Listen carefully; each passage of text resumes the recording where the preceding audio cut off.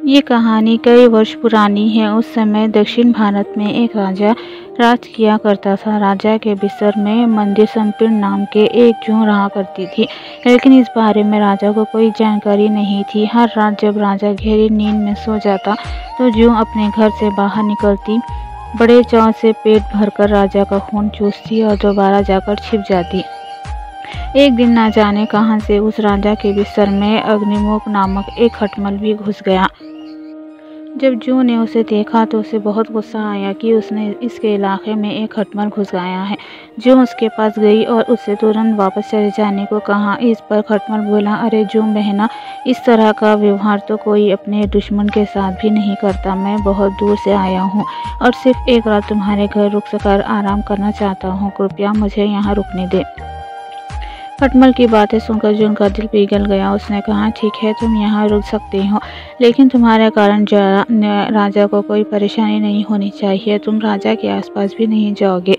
जो बहन, मैं बहुत दूर से आया हूँ और बहुत भूखा हूँ। वैसे भी हर रोज़ कहाँ राजा का मीठा खून पीने का मौका मिलता है।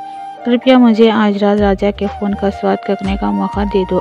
खटमल ने विनती करते हुए कहा। जो खटमल की बातों में आ गई और उसने उसे राजा का खून चूसने की इजाज़त दे दी। ठीक है, तुम राजा के खून का भोजन कर सकती हो, लेकिन उससे पहले तुम्हारे राजा की गहरी नींद में से सो जाने का इंतज़ार करना होगा। जब तक राजा पूरी तरह सो नहीं जाता तब तक तुम उसे नहीं काट सकते। जूं ने कहा। इस पर खटमल ने कहा कर दिया और दोनों रात होने का इंतज़ार करने लगे।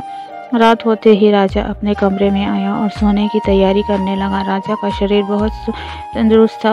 उसकी तोंद बहुत मोटी थी। ये देखकर खटमल के मुंह में पानी आ गया। जैसे ही राजा बिस्तर पर आकर लेटा, खटमल ने ना आँख देखा ना पाँव और सीधे जाकर राजा की मोटी तोंद पर जोर से काट लिया और फिर दौड़कर बगल के नीचे छिप गया। राजा दर्द के मारे चीख उठा और तुरंत अपने सिपाहियों को कमरे में बुला लिया।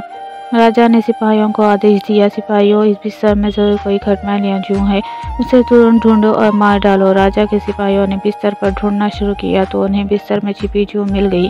उन्होंने तुरंत उस जूं को मार डाला और खटमल बच गया। इस प्रकार खटमल की गलती के कारण बेचारी जूं मारी गई। दोस्तों, इस कहानी से हमें ये सीख मिलती है कि हमें आंखें बंद करके किसी अजनबी पर भरोसा नहीं करना चाहिए।